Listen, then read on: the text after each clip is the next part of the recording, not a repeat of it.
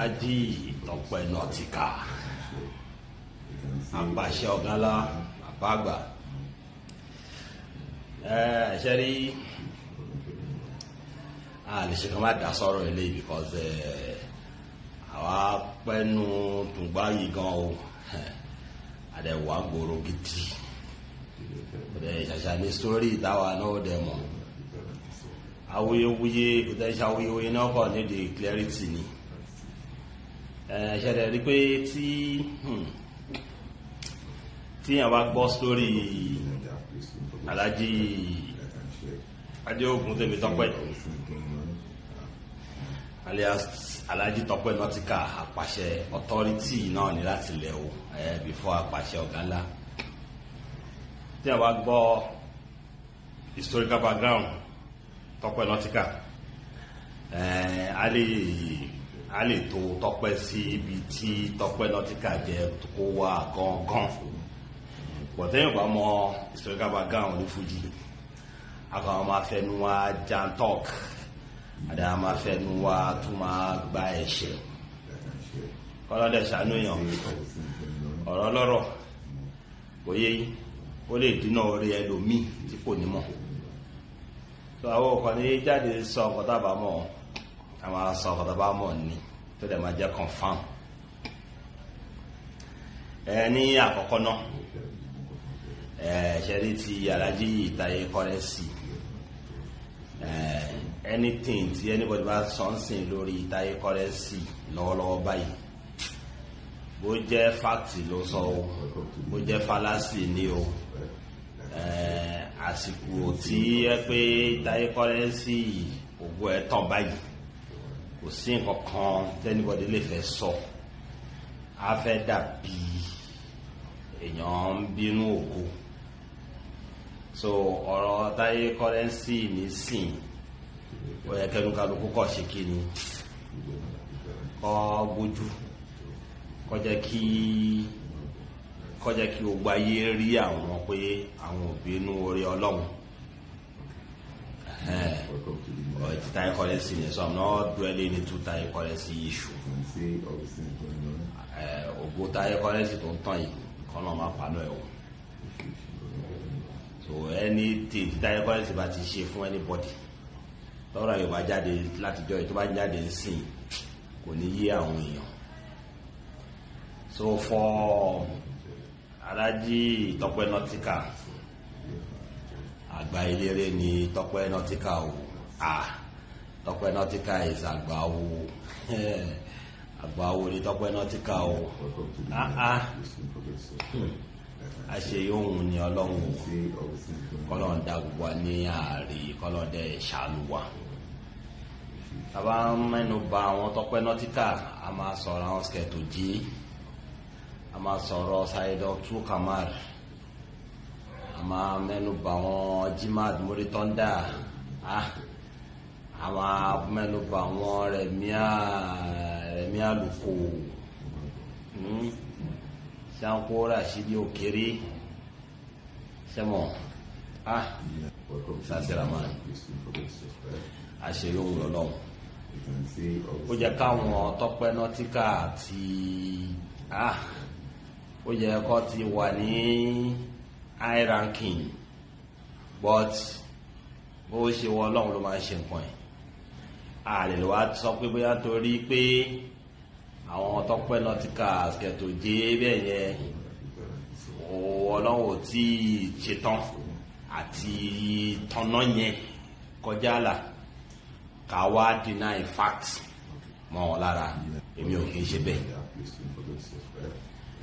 Tọ́pẹ́ Nautica research mi gbé far back 1983 Tọ́pẹ́ Nautica has been a struggling musician ọba orin náà dẹ̀ sọ pé Tọ́pẹ́ Nautica nífẹ̀ẹ́ òun ló fi wá bá òun o Tọ́pẹ́ Nautica wà kọ́ wá kọ́ bọ́ ṣe ń kọrin lọ́dọ̀ òun o ọ̀gá eléré ni Tọ́pẹ́ Nautica ó ìfẹ́ ló fi wá bá òun ọba orin sọ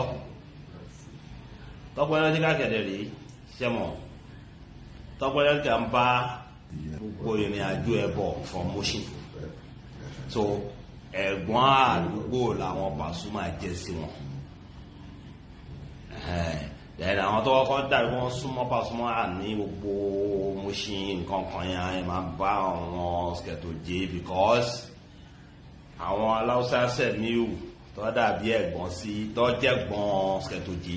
àwọn èèyàn lọ bá Paso tó gbà yẹn Sketoje wá dàbí àbúrò ọ̀rẹ́ tọ́jú ọkàn pọ̀ ń gbà yẹn Mushin tí Tọ́pẹ́ Nautica ti ń ṣe jámájámá orin aṣọ ọmọ ògbóró gidi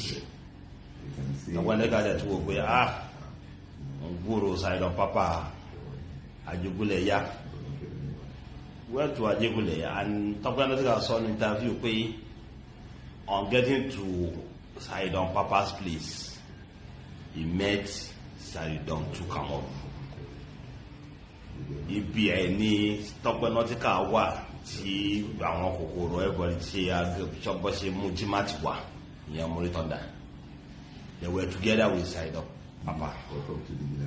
Saheed Papa náà tó wọn tún fi ikó gbé Mushin ní Tọ́pẹ́ yìí ti wá o ṣé kò lè wá dàbí alamí báyìí láàrin òun àti Paso yìí. So Saheed Papa náà ò tètè open up gba Tọ́pẹ́ mọ́ra tó bẹ́ẹ̀.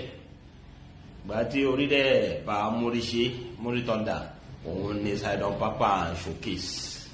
Tọ́pẹ́ Nautica dẹ̀ sọ ní tàbí wọn pé àwọn òpin akílá láyé ṣe yìí Muri wá bá wọn bí ní Muri lẹ́ ń gbé kiri ṣó báyìí àṣpà tó jẹ́ ọmọ jámájámá tẹ́lẹ̀ fúnra ẹ̀ ó dẹ̀ wò pé kóun fò sókè rajà pé káì àní òun máa jámájámá wọn lọ níṣà àwọn máa pàdé lókè ṣé mọ̀ pé èèyàn tó bá ń ṣe gbogbo yẹn tó ń jámájámá fún rẹ̀ tí kò rí olùrànlọ́wọ́ kan tó máa náà fẹ́ gbé sókè àbí tóun náà máa fẹ́ olùrànlọ́wọ́ tí Tọ́pẹ́ Nautica ń wá láàrin òṣùpá tí Ọlọ́run dẹ̀ ń ṣí ojú òṣùpá sọ́dọ̀ Muri Thunder Tọ́pẹ́ Nautica mú kúrò mbẹ̀ kò rọ̀ dá wà ó ṣe nǹkan ẹ̀fún rẹ̀ ṣẹ̀dẹ̀ wọn pé Tọ́pẹ́ Nautica ní identity tiẹ̀ tẹ̀bá wo Tọ́pẹ́ Nautica dáadáa while he was coming dancer gidi ni Tọ́pẹ́ Nautica Tọ́pẹ́ Nautica bá Paso ṣe ó bá òṣùpá ṣe ó bá màlá ṣe ẹ lọ wo gbégbó onùgbà yẹn náà sẹ́mọ̀ ọjọ́ tó wọ̀wọ̀ wọ́n mọ̀ pé kẹ ẹlẹ́gbọ̀n láwọn ilé Tọ́pẹ́ Nautica gbogbo interview ló dẹ̀ ń grant àwọn nǹkan tó máa ń sọ jáde èèyàn tó bá lábòsí òkè lè sọ bẹ́ẹ̀ èèyàn tó bá lábòsí tó bá ń ṣe báyìí kò ní lè sọ pé Tọ́pẹ́ Nautica sọ ní time tó ń sọ pé bàtọ́ ọ̀dọ́dọ́ òṣùpá nǹkan ò lọ bóun ṣe ń rò òun lẹ́kúrò mẹ́. Tọ́pẹ́ Nautica wá dàbí one man battalion pé yes one man mọ̀kó àti ọmọ ikò nígboro ó ń jayé tiẹ̀ lọ ó ń ṣe ògbó tiẹ̀ lọ. But Tọ́pẹ́ Nautica náà ò tún mind sí words by saying that anything in life òun máa gbé òṣùpá fún Saheed Papa because Saheed gba òun àbí sọ pé àwọn ọ̀gá náà máa ṣe dáadáa. Tẹ́bá tó wá wú àwọn kọ́dá relationship wọn tí Tọ́pẹ́ Nautica bá wà lórí stage pẹ̀lú Pasuma ó wà very very cordial tó bá pẹ̀lú Saheed Òṣùpá very cordial and Tọ́pẹ́ Nautica on his own ìgbà tí gbogbo àwọn ọ̀rọ̀ ara bá ń bí ṣẹlẹ̀ ó dá wà wọ́n tó ti wò pé this is test of faith test of loyalty òun lè jẹ́ ojú Paso àtìpá ìgbọ́n tó ń bọ́jú mọ́ ládùúgbò ni tó dẹ̀ ṣe dáadáa sóhun òun lè jẹ́ ojú ọ̀gá Òṣùpá yẹn ó kó wà lórí ọwọ́ mi ẹ̀yìn tó bá dẹ̀ ń tẹ̀lé fújì dáadáa